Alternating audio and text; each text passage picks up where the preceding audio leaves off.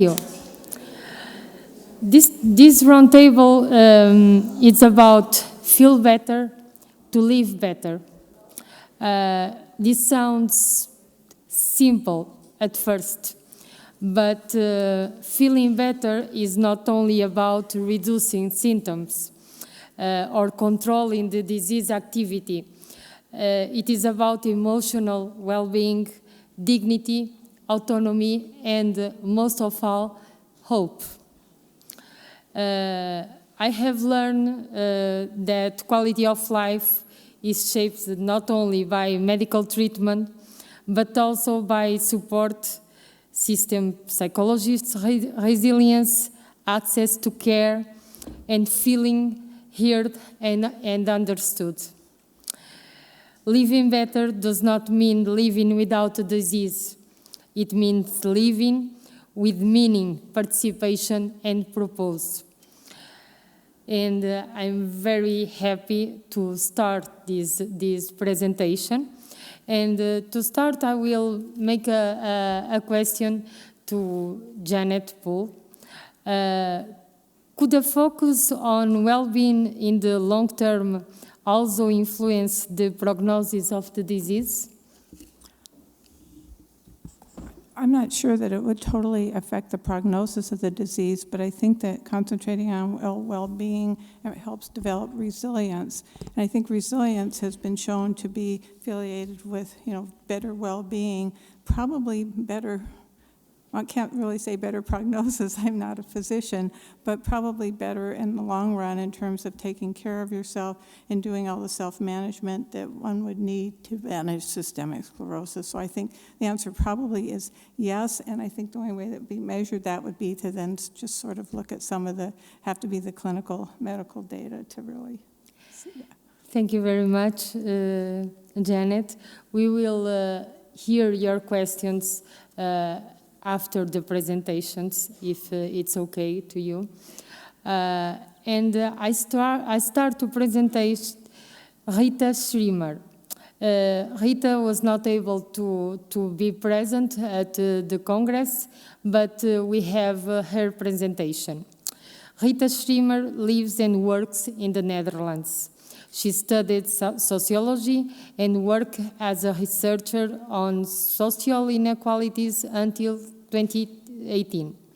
Since 2021, she worked as a coordinator for STAP, which is an hospital-based patients engagement program.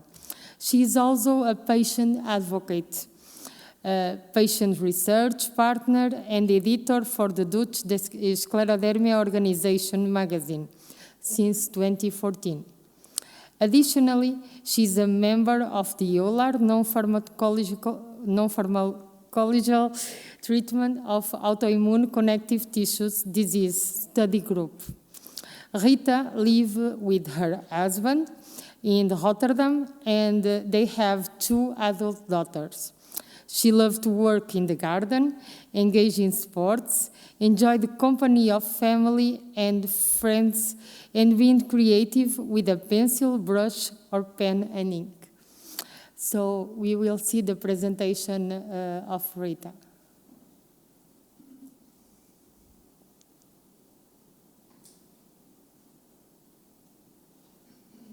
Good afternoon, everybody.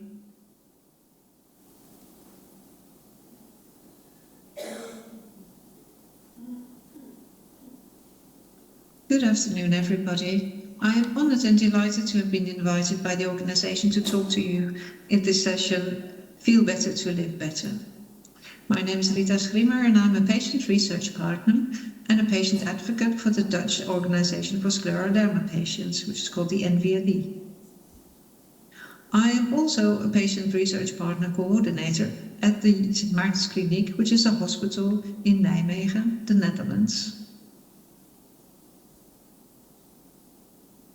Now, I'm very sorry that I can't be there with you because I had quite an interactive presentation, but we'll try and work towards it anyway. So I would like to talk to you about identity and why it matters. And by introducing myself, I had already disclosed 2 parts of my identity. That I'm a patient research partner And I'm also a patient advocate, and also that I have a job as a patient research partner coordinator. But identity is so much more than meets the eye or what we say, but we'll discuss that later. And why does identity matter? Well, it matters because it shapes our views of ourselves and that of others. And feeling happy with your own identity is a way of feeling better. So first, let's explore what identity is. Now, for identity, you've got several parts, but we'll start with the personal. The identity is a set of qualities, beliefs, personality traits, appearances, or expressions that characterize a person. Now, these are always, it's a constant process and changing by the experiences and the adaptations that we make in everyday life. So I would like to try a little experiment, and you can stand up or raise your hand if you identify with one of these followings. Are you a patient, an art lover, a dancer? You can raise the hand. Are you perhaps a wheelchair user? A gardener? An engineer? Are you a handyman or handywoman? Are you perhaps very sporty? Are you perhaps an animal lover? Or a traveller? A parent? Perhaps you're someone's partner? Are you someone's co-worker? Are you someone's friend? Are you someone's carer? Are you perhaps an activist? Now, these are just a few of the characteristics that people can identify with, but there are so many more.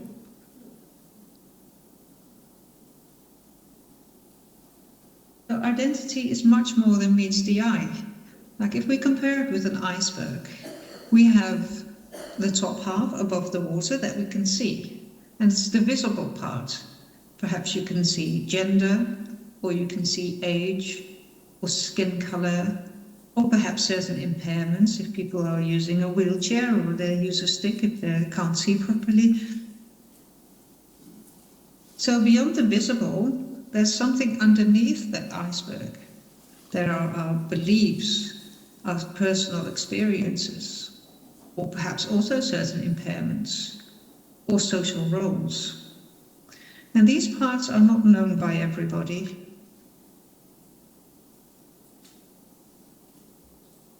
Now, we had the personal identity, but there's also a social identity. Because our identity is not only shaped by ourselves, but it develops in relation to others. So that we call the social identity.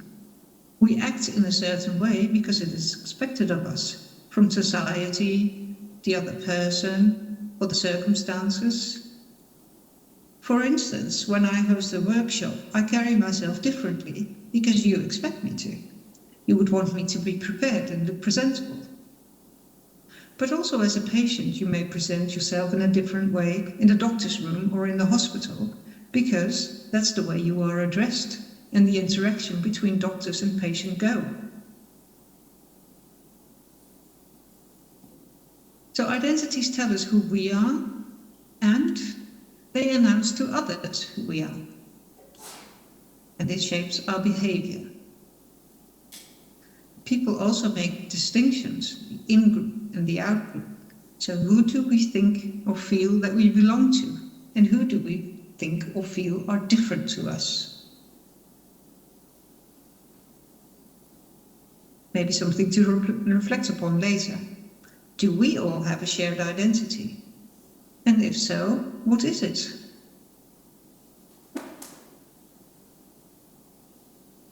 Now, an identity can also be very disrupted because sudden changes And that could be circumstances such as becoming a parent, losing a partner, becoming a spokesperson, or for you, us, maybe getting diagnosed with a CTD. And so scleroderma might have been a landslide moment for you. Perhaps you feel that there was a pre and an after diagnosed self.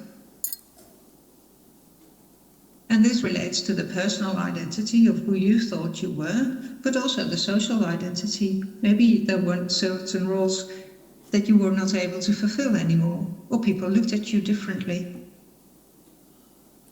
So that disruption also gives us the opportunity to reassess our qualities, our beliefs, our personality traits, perhaps our appearance, because scleroderma can come with very visible changes in our appearance. And our expressions might change, but also our social roles might change. So also another question to reflect upon, maybe you'd like to write it up or talk to your neighbor about it later. Does this resonate with you? Have you experienced this feeling, a sort of pre and after diagnosed self? Now, such disruption can come with changes. And first, you might feel loss and limitations. For instance, there may be things you can no longer do. There may be changes in the way that people behave towards you. And there may also be changes in self-belief. Do you feel confident or less confident? Another reflection. This may resonate with you, and maybe you would like to write it down later or talk to someone about it. Now, changes can also come with new opportunities, so it might be an opportunity to explore new avenues, an opportunity to develop alternative beliefs and activities. For instance, people might have thought before that their job was very important, and now health has become more important. Or maybe the activities were based around competitiveness and maybe less so now, or the other way around. We don't know. But it's an opportunity. It's an opportunity also to prioritize and to reinvent yourself. Make sure that it's important that you do the things that are important to you.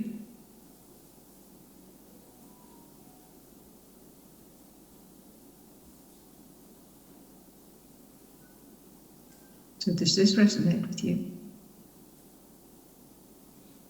And I wanted to do an exercise, and it's not going to be the same because I'm not in the room with you, but maybe we can do it nevertheless, and otherwise maybe Janet can guide you.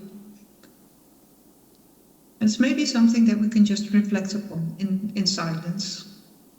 Or maybe you would like to write it down. So the first question, I've got 3 questions. The first question is, which part of your former identity has not been out to play lately?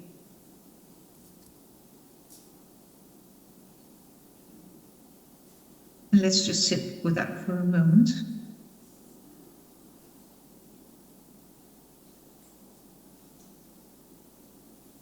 Which part of the former you do you miss? And on the other hand, perhaps there is a part of the former you that you don't mind leaving behind.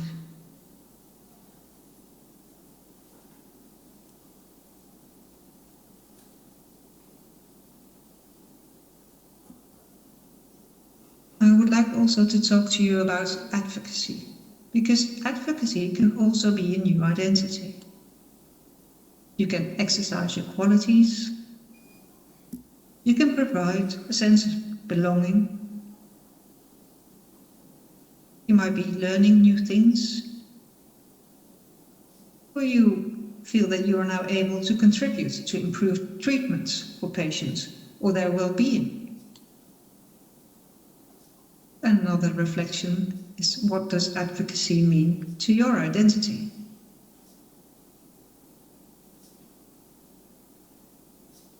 So we've got some take-home messages. Identity is multi-layered and complex. It is not static and always evolving. So the way that you feel now or you are now is not going to be the same as tomorrow or next week or 2 years from now. And having a condition like scleroderma is part of the identity. And I would like to encourage you to experiment with different roles and different parts of the identity, explore some new avenues. But most of all, prioritize what is important to you.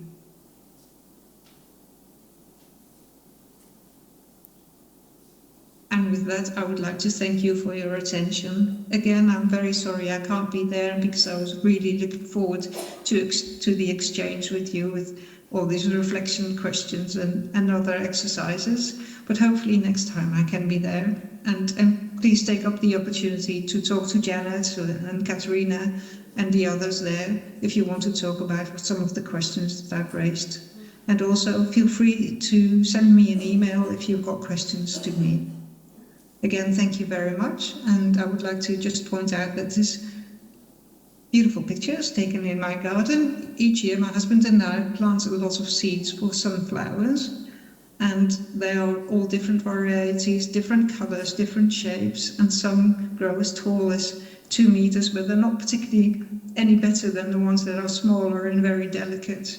But whichever way you look at it, I think I would like to try and encourage you to reach towards the sun and make sure you smile and you bloom with whatever identity you've got. Thank you so much. It was a very inspiring presentation. I would like to ask if we can go back to the questions of the exercise.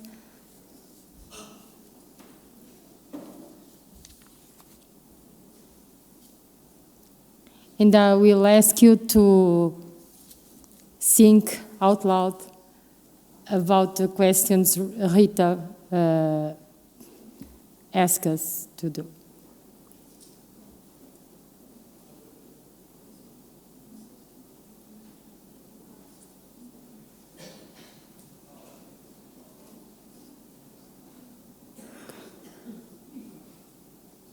Almost there.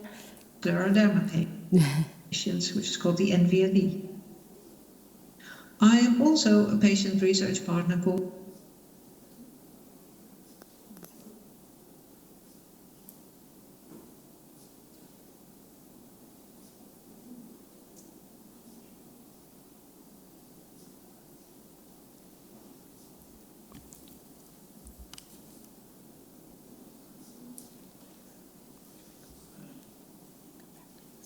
Do you used to think about the role of the disease have in our less confident personality and in our identity?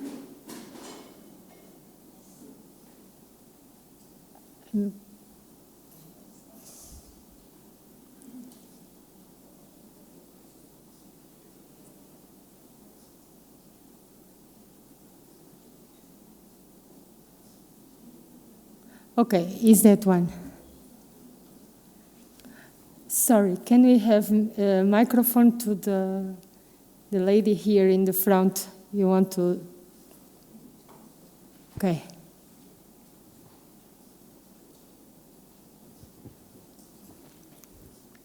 Thank you for sharing. My name is Maria. I'm from Russia, from Moscow, and I have a blog for scleroderma and living with it.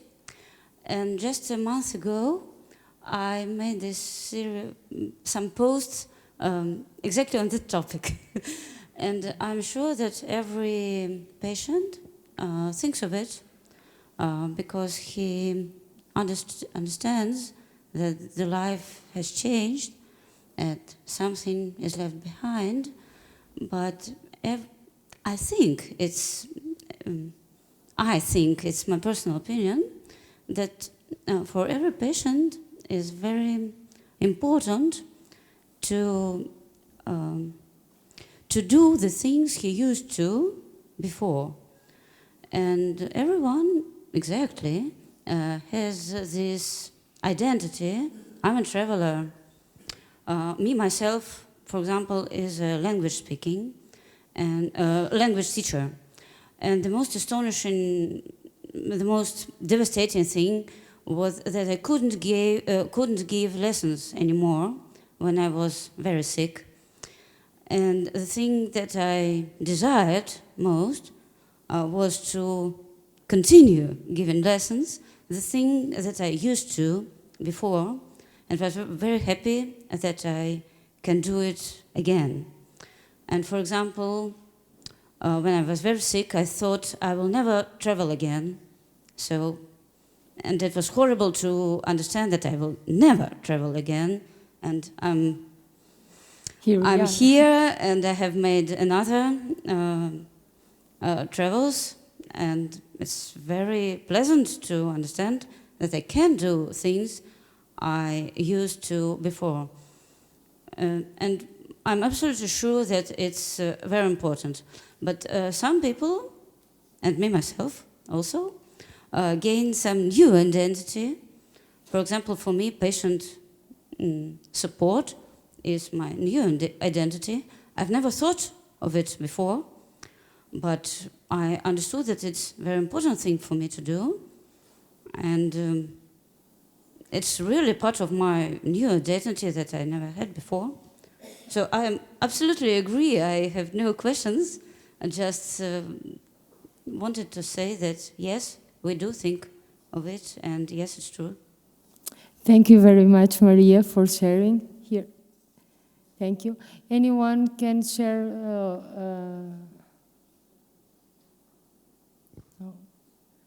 So we can move to the, I will present here with me Janet Poole. Janet Poole is an occupational therapist and professor of the Occupational Therapy Graduate Program in the University of New Mexico.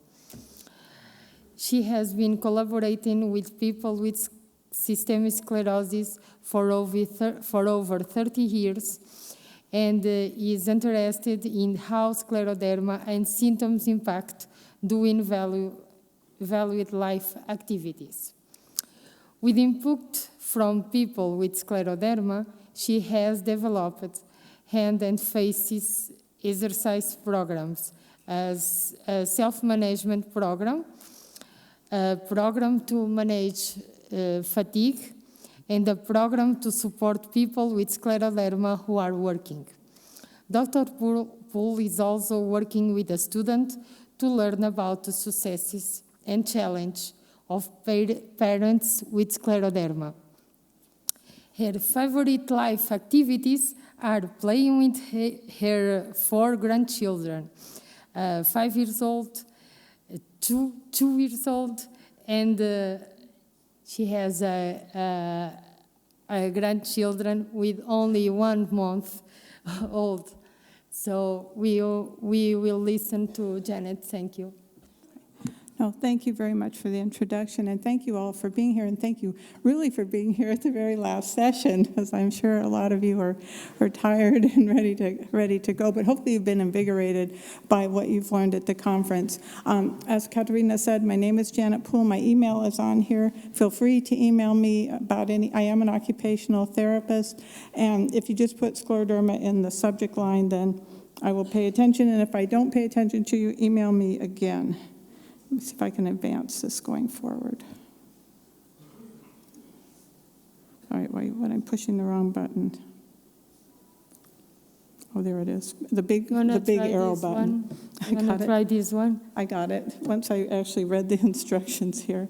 So anyway, the title of my talk is Practical Tips to Manage Stress and Anxiety. And my objectives are to discuss ways to build overall resilience, apply problem-solving and goal-setting to develop resources and strategies to reduce stress and manage anxiety, and to discuss and share tips and strategies. So is it stress or is it anxiety? And they both sort of show themselves very similarly in that they result in and show up in excessive worry, uneasiness, tension, headaches or other body pain, difficulty with sleep, and fatigue. The big difference is that stress is usually the response to an external cause, and often it goes away once that's kind of gone away. But it can be positive too. Doing something new and different is a positive stress. You might be stressed about it. Coming to a new country, to a new conference might be stressful, but also exciting. But anxiety is generally internal, and it's one's reaction to stress. It's this kind of persistent feeling of apprehension or dread, and it doesn't go away, and it can interfere with how you live your life. It can be constant, even if there's no immediate threat. It's kind of important to distinguish between those because, again, the stress, although they really are very similar, like I said, they have similar symptoms. So this very busy slide here has stress and anxiety in the middle of it. So, stress and anxiety, pain, having a disease like systemic sclerosis, poor sleep, fatigue, physical limitations, and low mood can cause stress and anxiety. But stress and anxiety can cause more pain, maybe not more physical limitations, but maybe less activity, low mood, more fatigue, and more sleep. So they all go together. So a lot of what I'm going to talk to you about today, even though the focus is on managing anxiety and stress, are also techniques that can be used for pain management, fatigue management, help with sleep. And then all of them together can lead to decreased motivation, reduced attention and concentration, kind of feeling that brain fog. And in general, they affect your environment and the activities and routines that you do. And as Rita said, a lot of those are what makes up your identity. So these are the general categories of tips that I'm going to talk about. So this could be daunting and stressful to see all of this. But the thing is, I'm going to give you a lot of ideas and have you kind of raise your hands about ones that work for you. But you don't have to do all of these. Some of them may work for you. Some of them may not work for you. You may already have your own set of strategies that you use.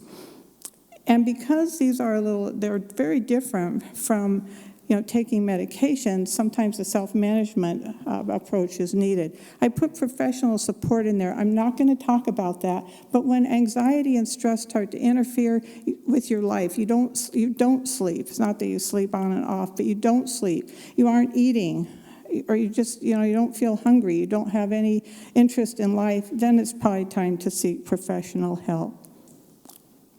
So think about a self-management approach and goal setting. So you all take medications, and many of you take many medications, and you have a set time and day that you take them.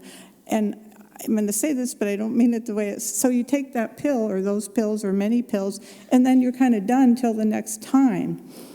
But you have a routine. And so doing some of the stress management and anxiety also may involve changing a routine. It's a behavior change. It's very different. So a lot of times you have to think about what goals can I set and maybe baby steps to reach those goals. So this is just an example of a goal and an action plan. Thinking about what you're going to do, how often, how much, when will you do it, when you're going to do, and then also checking in with yourself. And thinking about your confidence. And I'll give an example in a bit on physical activity. If you're only confident of 4 you're going to do it, you're probably not going to do it. If your confidence level is 7 or above, it probably means you have a good chance of doing it. So I'm going to start first with physical activity. That was on my little table there. Be active. It's really important to be active because, when you are very active, then the endorphins released, they combine with some of your opioid receptors, which help enhance well-being. And it's kind of like, do what you want to do. Do things that you like to do. Again, you probably have these that are part of your identity. And even if you can't do them now for whatever reason, you may still be able to do them. You just may need to do them a little differently or go and start with a smaller approach to it. Maybe you want to walk again. Maybe you haven't been walking. Maybe you decide a goal is I'm going to walk, for 10 minutes 2 times a week, or I'm going to walk out to the mailbox and back every day. If it sounds too hard and you don't achieve it, that's okay too. Just reduce it a little bit with that. But it needs to be something that you like to do, because if you don't like to do it, you aren't going to do it, right? How many of you had New Year's resolutions that you're going to be more physically active? And then, but if you set goals that you're going to do, exact goals for how many days a week, there's more likelihood that it will happen. And then one other example is to do lifestyle adjustments to build your resilience, because resilience is important. That helps you be able to cope with any challenges that come up or uncertainty. And these days, sleep, nutrition, and being active are thought to be the real 3 pillars of health. You've already had talks on this during this conference, which is just wonderful. Sleep is just key. Probably you could do a whole session, whoever's your planner for next time on sleep. And then think about developing coping strategies. These are like some of the things I'm going to talk about today. What happens, what can you do when you're really feeling that so stressed you feel like you're just going to be like ill? And do activities that you enjoy and have fun doing. And that's what Rita was talking about. Those are part of you and your identity. You're still you. Somebody the other day said, you're not a diagnosis, right? And there was a book or a saying where somebody said, I have scleroderma. Scleroderma does not have me. So, you are way more than, you are you. And what you do and what you like to do are part of your identity. And then keep in contact with families and friends and your social groups, because that's part of you too. So another strategy is to think about your time use and task management. How do you use your time? And Rita also talked about prioritizing. What are your shoulds and musts? Do your high priority tasks first. Think about when your energy is highest or you're ready to go. Use schedules or routines to balance home and family. Do any of you use schedules? Any of you use lists? Because I run my life on lists. And plan and take regular breaks. Take a break, schedule it into your day, or even put that on your list of things to do, but put a time in. When you're going to do it, we all have our phones, and you can set those for timers. Now, how many of you take breaks? Some of you do that. Good. And then task management is looking at that task that you have to do. One of the studies we did on fatigue, everybody wanted to clean out their closets or clean out something in their room, and that was like a monumental task. So how can you break that down into like a spot here, or do this much, spend 10 minutes on it this day? Organize your workspace or desk. Having all this stuff can be really distracting and stressful too. Delegate. You know who you are, and you have an identity. It's part of your identity what you do. You may be the person that has all the holiday dinners. You make that famous dessert every year for a holiday, and that can be a lot of stress if you don't have energy or you have a flare or something like that. It's okay to delegate. People are happy to help.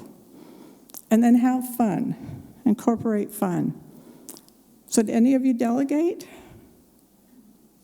I don't see any hands. I hope you do. Okay, a couple in the back. Do you prioritize? I see heads nodding. Good. So this was interesting. I found this from Diane Lakai's Making It Work study, and we used it in ours. Is 20% of the time is spent doing activities that yield 80% of the results, and this is 80% of the time is spent on activities with low yield and only bring 20% of the results. So one way is to think about, which activities you have to do fit into these different zones, and probably the do, zone 1, important and urgent, may be the ones that need to be done right away. However, there is a problem with zone 4, because if you say it's not important or not urgent, what might happen? It never gets done, right? So again, a lot of people in our Making It Work study, that's what they ended up using when I was talking to them like 3 and 6 months later. Okay, so now I'll kind of get into some of the real nitty-gritty here. So doing physical activity, making lifestyle changes, time management, task management, that may take a time or a while for you to see some of the positive effects of doing that, like feeling less stressed or less anxious. But quick relaxation can be done during breaks or before bed. Practice routine. These are good ones to set goals around, because you can do them in the moment when you're really feeling stressed out. So the first one is deep breathing. Does anybody use this? Okay, good. Yeah, I just kind of breathe in, hold it, breathe out. That doesn't work for me. I have to count. That's okay too, because it's soothing. I go 1,000. I'm doing it way faster than I would 1,000. But it just helps calm you in the moment when you're like, oh, what am I going to do? And then guided imagery and visualization. Does anybody use this? A few people do. Where you kind of imagine a scene or a place that's relaxing or peaceful to you, and you just visualize it. Imagine walking through a path or a beach. There are actual apps that you can get that you don't have to cognitively think about it. It will walk you somewhere, like to the beach, up to the water, through a forest with that. A meditation is another thing. Focus on one thing, like your breath. Just breathe. A mantra, the Sata Nama, and say that over and over slowly. An object, focus on an object, or imagine a peaceful place. And those can all calm you really quickly in the moment. And then progressive muscle relaxation. Does anybody use this? This is where you tense your muscles and relax them. And usually I have people start with your feet and your toes, and we don't have time to do that. But you clench your toes and you relax your toes, and then tense your calves, and then relax them and just kind of move up your body. Time you get up to your eyes and are holding them closed tightly and opening them, you should be relaxed. And if you aren't, and if you use these and you aren't relaxed, that's okay too, okay? I should say that. It's okay. Maybe that's not the technique for you. Maybe none of these. Maybe you have your ones already that work and stick to them. But these are just, what I'm really trying to do is give you a toolbox and a menu of things that you might be able to try. And then behavior and cognitive strategies. So this is different from cognitive behavioral therapy, which is a more structured therapy where you reframe your negative thoughts into positive ones. And this does take time to really show some effects or changes in stress and anxiety. So oftentimes there are apps for that too. Sometimes talking to a therapist who's trained in that can be really helpful. But these are some other ones that you can do on your own. Does anybody use gratitude journaling? It's where you write, okay, I see a hand in the back, where you write about what you're thankful for, things that make you smile, a family or friend that you're thankful for and why, positive events that happen, something like 3 things you saw people do today that were really nice or helpful to somebody else. Constructive worrying. This is where you have time to worry. You can be 20 minutes or it could be 5 minutes, and you write down those worrisome things that you have. And then you write down solutions, but you have to set a timer because you have to stop. You can't just go on and on and on. With that, I use my version of this as sticky notes. So when I can't sleep at night, usually it's because I think of all the things I'm supposed to have done and I didn't do. I go in the bathroom, I have sticky notes, I have a pen, and I have a nightlight in there. And I write them down. And then I go to bed because they're all down and I won't forget them the next day, because that's always my biggest fear. It may not work for you, but it works for me. And you may have your own solutions. And then grounding. Has anybody used grounding? A couple of people have. So that's where you recenter your attention to the present to break the cycle of anxiety. So again, you think, and we're going to do this fast, but you visualize 5 things. And then 4 things that you can hear. And then 3 things that you can maybe feel. And 2 you can smell, and 1 that you can taste with that.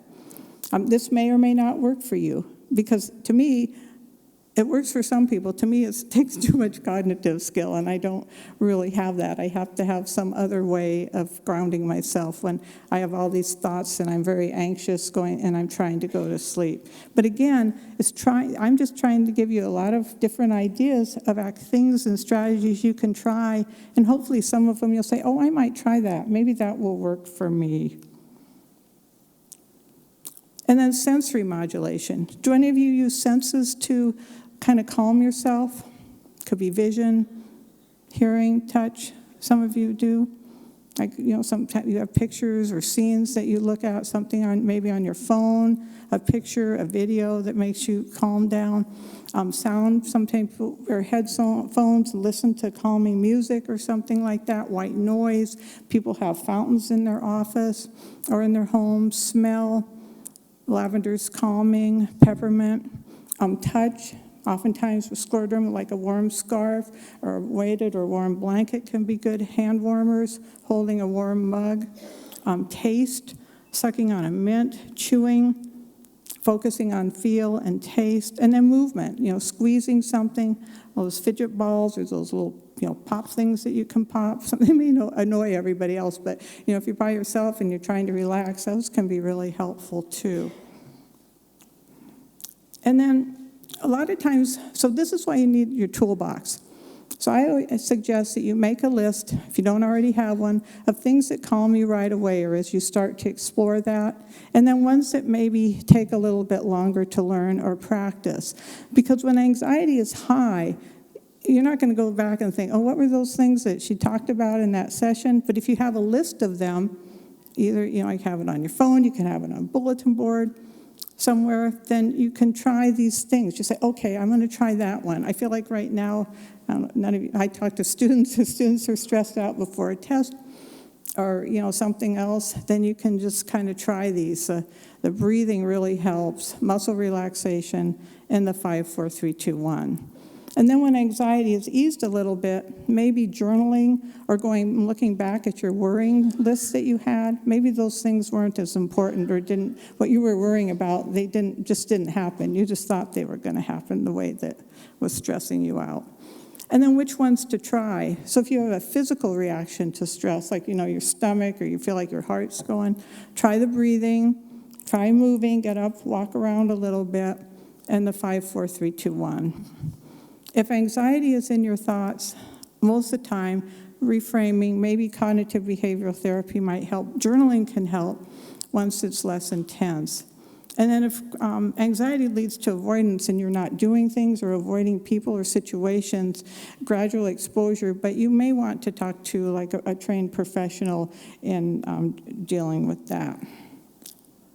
It's okay, and all of these are okay. They're okay if they don't work too. Okay, they're great if they work. If they don't work, that's okay. That doesn't mean you did anything wrong. It just may not be what works for you, or you try it maybe again some other time. So have a menu or a toolkit. Try different strategies if you don't already. See what works for you and in what situations. Start with a few. If some don't help, try others. Some may help in one situation, some may help in another. Be patient. Some take practice, and some calm quickly. Set goals for consistent use of strategies. The quick relaxation ones are often good to do before going to sleep, along with other things like, avoiding caffeine, alcohol, too much physical activity. But sometimes those can really help you go to sleep. So if you have a goal that you're going to use it 3 times a week right before bedtime. The anxiety may not totally disappear, but having stress strategies can help you function. So if you know of some techniques that can reduce your anxiety and stress, it feels you more in charge, more confident, you can move ahead, function, and feel less overwhelmed. And like I said, if it interferes with life and you're not eating or sleeping or doing the things that you used to enjoy, then perhaps a professional might be the way to go. So I'll just kind of conclude all those different ideas. Just, again, think about, create your toolkit or your menu. That's what you have to try to support you. And what you really are trying to do is do what you want to do to preserve those aspects that are important to you and really your identity. And then here's my happy place. There's my grandkids. And I have pictures of them all over my office, so I get stressed. I can just look at them, and they make me smile. And thank you all. Thank you, Janet.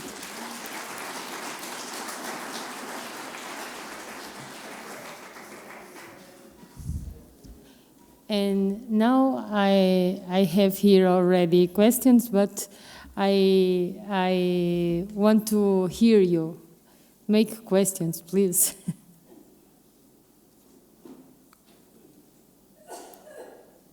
One of a time, please, not all. I think you're all fatigued. Oh, no. Okay. How can quality of life and well-being be elevated to equal importance as clinical outcomes in long-term management in scleroderma? You want to answer, Janet? Quality of life and well-being could be the same importance than to that clinical. Yeah, I think that quality of life and just well-being are very, very important. And I think, too, that, all right, this is my opinion, to elevate that as important as other aspects of people's health and the management of scleroderma, I think, and in the U.S., people, when you go see your primary care, they're actually starting to ask you, how are you feeling today? Are you depressed? Have you been depressed? I don't know, do they do that in Europe? Sometimes the time is very short. So It's very short in the U.S. too, but I think really, I think people are starting to recognize that, but I think you can also bring that up to your physician too, and they don't ask you, is to just say, you know, I have some questions about this, I've been very stressed, or I really, you know, things aren't going well, and you can explain to them. I honestly don't know what somebody would say to me if I said, yeah, I'm really unhappy about this and this. I think I'm not sure they actually could handle that. Sorry to say that, but to, you know, have the resources to do that. But I think also that's what Rita was talking too about advocacy. I think that's part of our role. You all, with people with scleroderma, your caregivers, those of us that work with people with scleroderma and our advocates through our involvement in national organizations, really need to push that to the people that are making up the sort of the laws and the rules of this country, and really push how that is important. And it has changed a little bit in the U.S., people recognizing that mental health is really important, and actually some of the insurance is starting to cover that with it. And also to realize that it doesn't have to be mental health, and again, it's probably different in different countries, but in the U.S., social workers, occupational therapists, there are psychotherapists. It doesn't have to be like a psychiatrist or something like that, or a medical doctor. And again, you know, you guys all are parts of different support groups, and having somebody come and talk to your group. But I think it's really important that we advocate for how important it is. It's important for all of people that have like scleroderma or any other autoimmune, but it's also important for everybody. So we have questions here. we have another question. Yeah. Good afternoon. Thank you for the vivid presentation and all the practical tips. It was a joy to follow you.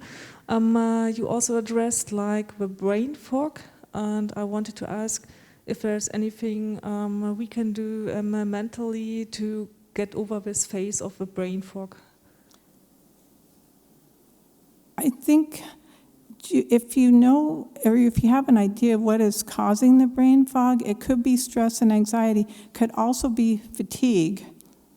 And so using a lot of these techniques can help with fatigue. And you may want to, and is it the medications? You know, I don't know with that. But again, trying to use some of these techniques of maybe the planning, pacing, you know, prioritizing, may be able to help that. Using a schedule, so kind of using the organizer type of thing to help with that. But also see if you think it is fatigue or if it is stress or anxiety, if you can reduce that or a little bit and see if that changes. I just want to add that when we go to the doctor, sometimes it may feel easy, but it's not so easy. Sometimes we have to remember them that we are patients. Okay, we have a disease, that's okay too, but we don't live only to the disease. We have another roles in your life. So sometimes they look at us and they only think about the symptoms, the physical symptoms of the disease. but we can or not work, we can be or not parents, we have a lot of other things and other problems too in our life. Not all is all about scleroderma.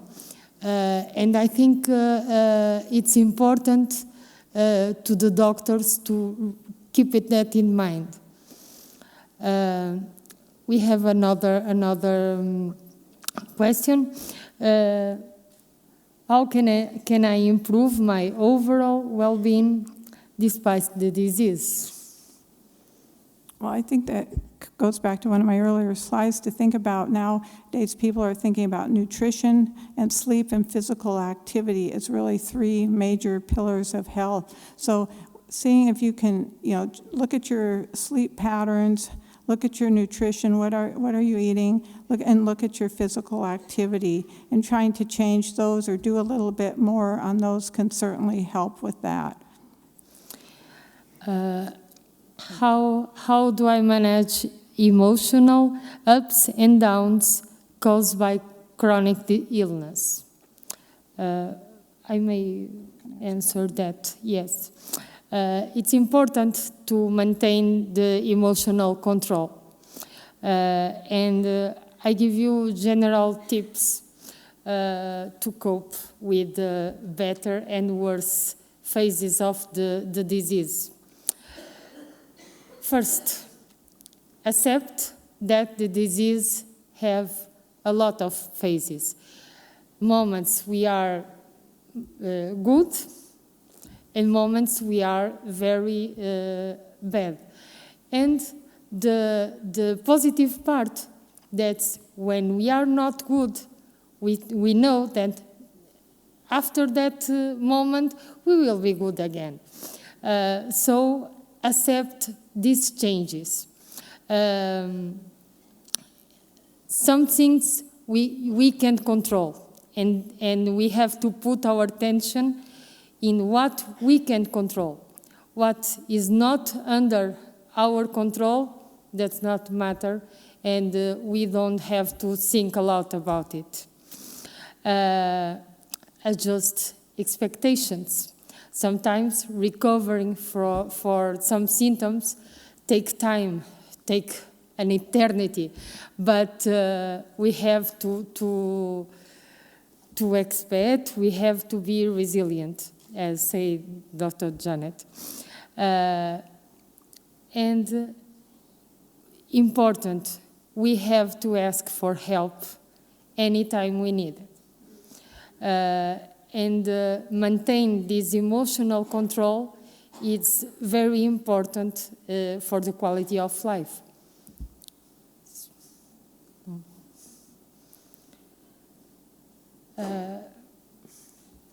We have another. How would you deal with a difficulty moment in life? It's another question. Want to answer? Yeah, it's a little of I'm saying already. There are moments who are not good, and is difficult, but maintain the emotional control, and we can be able to move out that moment, I think. But if you have another more specific question, you can make it, please. Yes, wait for the...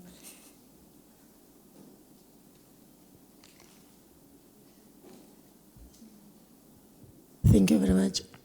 I wanted to ask you, I have a scleroderma, I have not a light form, and I'm very sick, I think. But I'm every day in the office, I'm working every day, and I have a good mood, and I'm laughing. And I have 2 colleagues, and on every headache, every stomachache, and they like to go home, and they're ill. they take Krankenschein. They take, I don't know, a day off and they're at home. And I don't say I'm very sick or I'm very ill. I am laughing and I think, okay, it's a mind of these people and my mind, but how can I tell them that I try to come if I can or if I can't? And they go home, they have no problem. Do you understand what I'd like to ask you? Yes, I understand. I think people with scleroderma, most of people with scleroderma, always have a pain in some part of the body. So it's routine. For the healthy people, a little of pain is the end of the world. And as Nietzsche said, what don't kill us make us stronger. So I think is a little of that. I think people with scleroderma become resilient, become fighters. You want to say something? I guess, I'm not sure I totally understood, but I think one of the things too is to, if you can have like, I don't know what I'd call it, a backup plan or something to plan A, plan B, sometimes for something, sometimes that can help. If you can't do something or you thought you were going to be able to do something, do you have a plan B to do that? And so that was just one of the things that we've had people tell us too, that they just sort of try and have like, if this doesn't work, then I'll try that type of thing. It may or may not. For example, I can stay at home, yeah? I'm self-employment, it's my office. But I'd like to go. Do you understand? If I stay at home, I am sick. I'm very ill. I don't like to do anything. But I know I have to go. I stand up. I make up, for example, and go to the work. And my children, for example, they said, I have a nose, I have a headache, I don't go to school today. And they're still 1 week, for example, do you understand? And I don't know, how can I tell my colleagues and how can I say my children that I'm very sick? I think that's a good question. I'll speak to it from a person that's just heard from other people with scleroderma, is sometimes just being, and with the work situation, and I know there's different laws in different countries about disclosure and telling people, getting, we call them accommodations, and so you may be able to work from home or something like that, or come in later. Those are accommodations, but people have to disclose to their employer first before they can get that. I don't know if it's the same over here. Yeah. And then sometimes with parents just telling their children, I will, and then sometimes I can't be there because I don't feel well, but then when you can, then you are there and you're the best cheerleader and everything else with that. But I know that from what people have told me that it can be a challenge and disappointing to do. And sometimes just telling your other coworkers too, but again, not everybody has to do that or feels comfortable doing that. And with the parenting, because we're doing the parenting study now, parents have said that they work it out with another parent to maybe help with something if they can't make it, and then you do something really nice for them, something the opposite. I don't know if that helped. Yes, I only want to give a message. All days is a compromise with you. All day, all of you, each day need to do something for yourselves, okay? Something only for you, not for your children, not for your work, not for you. Something who gives you pleasure. It can be walking around, it can be sitting and watching a movie or an episode of a series. But each day you have to do something who means something to you, okay? I think that's kind of been a theme across a lot of the talks for the last couple of days, is that you're special too. You do something that you enjoy, and that is just so critically important. I agree. Okay, and thank you very much for listeners. And now please stay for the closure session, okay, with Ilaria. Thank you.